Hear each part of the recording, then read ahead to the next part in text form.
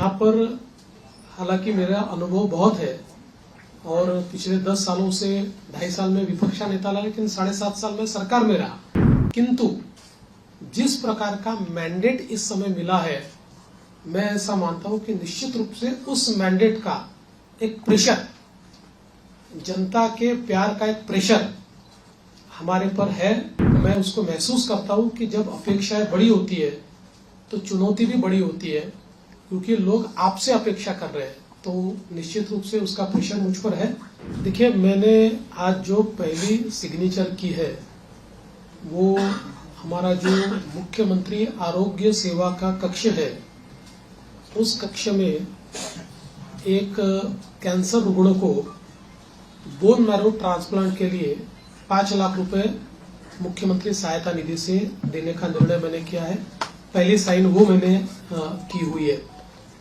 और यहाँ पर हालांकि मेरा अनुभव बहुत है और पिछले 10 सालों से 2.5 साल में विपक्ष नेता रहा, लेकिन 7.5 साल में सरकार में रहा का अनुभव भी बहुत है। किंतु जिस प्रकार का मैंडेट इस समय मिला है, मैं ऐसा मानता हूं कि निश्चित रूप से उस मैंडेट का एक प्रेशर, जनता के प्यार का एक प्रेशर हमारे पर है। और मैं उसको महसूस करता हूं कि जब अपेक्षाएं बड़ी होती है तो चुनौती भी बड़ी होती है, क्योंकि लोग आपसे अपेक्षा कर रहे हैं, तो निश्चित रूप से उसका प्रेशर मुझ पर है।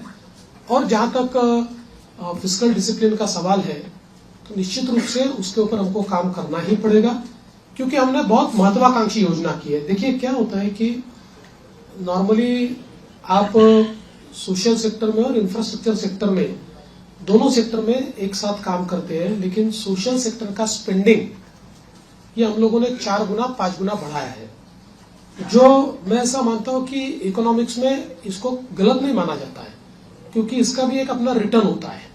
इसके सोशल रिटर्न भी होते हैं, इसके इकोनॉमिक रिटर्न भी होते हैं, लेकिन उसका प्रेशर जरूर बजट के ऊपर आता है। तो उस बजट को बैलेंस करना ये हमारा काम होगा, हम उसको करेंगे।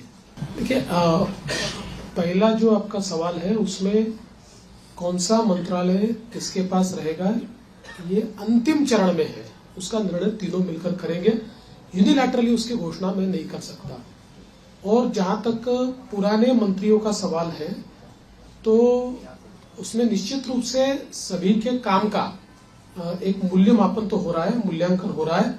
उस मूल्यांकन, क्योंकि हमारे जो दोनों साथी है, एकनाथ शिंदे जी ने भी और दादा ने भी, हम तीनों ने बैठकर ये तय किया है कि हम मूल्यांकन करेंगे, पुराने मंत्रियों के कामों का मूल्यांकन होगा, उसके आधार पर आगे का निर्णय होगा। और कई बार क्या होता है, देखिए, जब मंत्रिमंडल बनता है तो रीजनल बैलेंसेस होते हैं, अलग अलग प्रकार के समाजों का प्रतिनिधित्व होता है, तो इसलिए मुझे ऐसा लगता है कि कुछ निर्णय ये देखकर भी हम लोग करेंगे कि भाई पिछले बार उन्होंने कैसा काम किया है।